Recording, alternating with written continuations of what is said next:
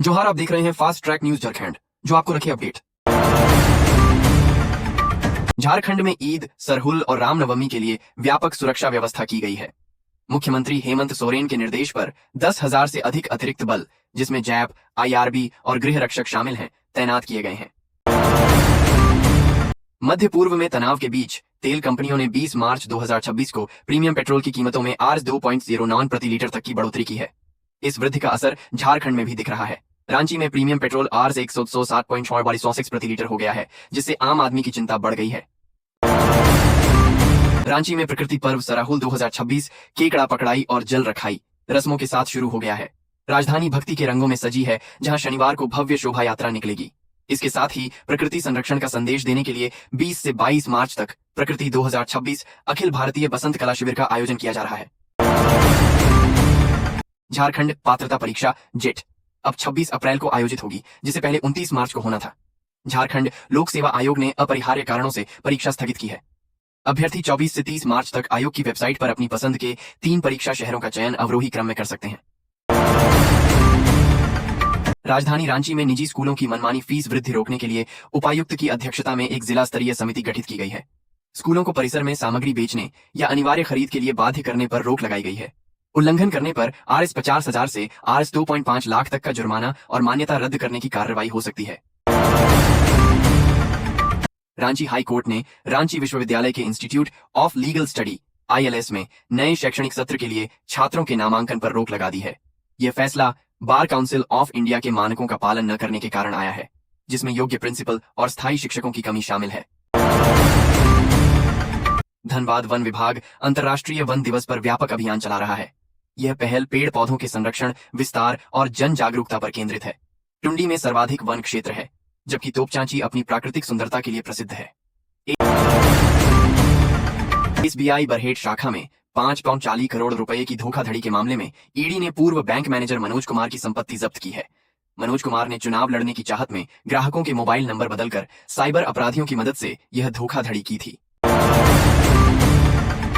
जमशेदपुर की औद्योगिक इकाइयों में एसिटिलीन गैस एक महत्वपूर्ण विकल्प बन गई है। पहले मासिक खपत 4 सिलेंडर थी, जो अब बढ़कर 60 हो गई है। यह 20 LPG सिलेंडरों का काम मात्र 4 सिलेंडरों में कर देती है, जिससे उद्योगों को काफी राहत मिली है। टाटा स्टील कर्मचारियों की 20 लाख से अधिक ग्रेच्युटी अब पूरी तरह टैक्स फ्री नहीं होगी। केंद्र सरकार के नए श्रम कानूनों के तहत उन्हें टैक्स स्लैब के अनुसार भुगतान करना होगा।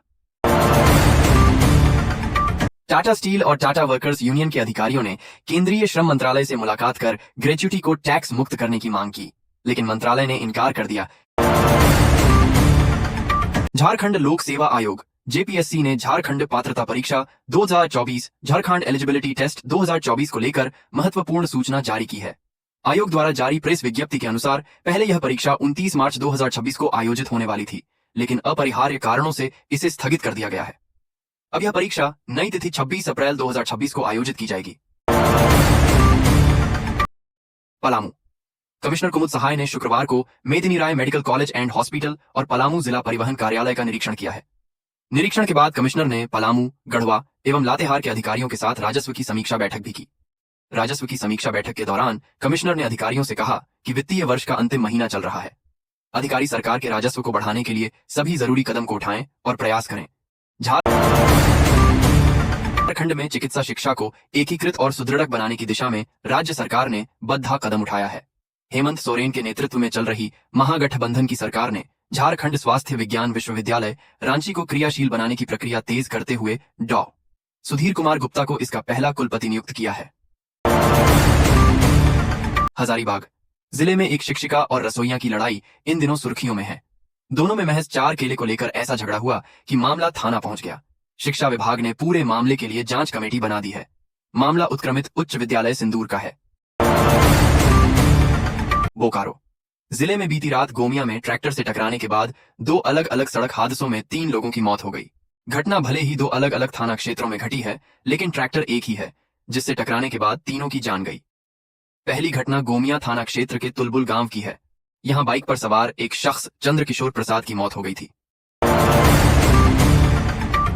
झारखंड राज्य संकाय विकास अकादमी JSFDA के प्रथम स्थापना दिवस के अवसर पर 20 मार्च 2026 को राजधानी रांची के होटल BNR चाणक्य में पहला वार्षिक कॉन्क्लेव आयोजित किया गया। इस सम्मेलन में राज्य के केंद्रीय, सरकारी और निजी विश्वविद्यालयों के कुलपति, शिक्षाविद, नीति निर्माता और विषय विशेषज्ञों ने भाग लिया।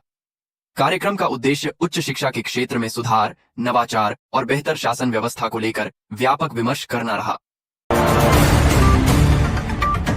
पलामू प्रमंडलीय मुख्यालय मेदिनीनगर के रेडमा इलाके में संदिग्ध परिस्थितियों में एक युवक का शव बरामद हुआ है।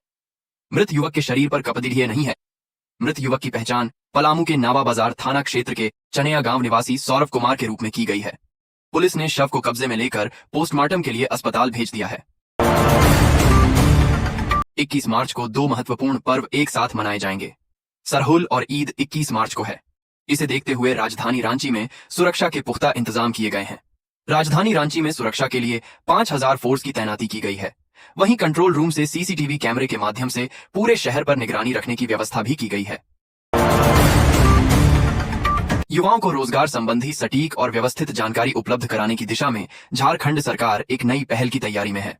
इसी कड़ी में झारखंड सूचना एवं जनसंपर्क विभाग के पदाधिकारियों ने रायपुर स्थित छत्तीसगढ़ संवाद की कार्यप्रणाली का अवलोकन किया। यह अध्ययन भ्रमण 19 और 20 मार्च को आयोजित किया गया, जिसका उद्देश्य छत्तीसगढ़ सरकार की इस संस्था के कार्य मॉडल और प्रकाशन प्रणाली को समझना था। राजधानी रांची में खादी मेले का आयोजन किया गया है। इस मेले में एक दुकानदार की करंट लगने की वजह से मौत हो गई। आंधी और बारिश की वजह से दुकानदार करंट की चपेट में आ गया था। घटना के बाद लोगों ने उसे इलाज के लिए अस्पताल में भर्ती किया, जहां गुरुवार देर रात उसकी मौत हो गई।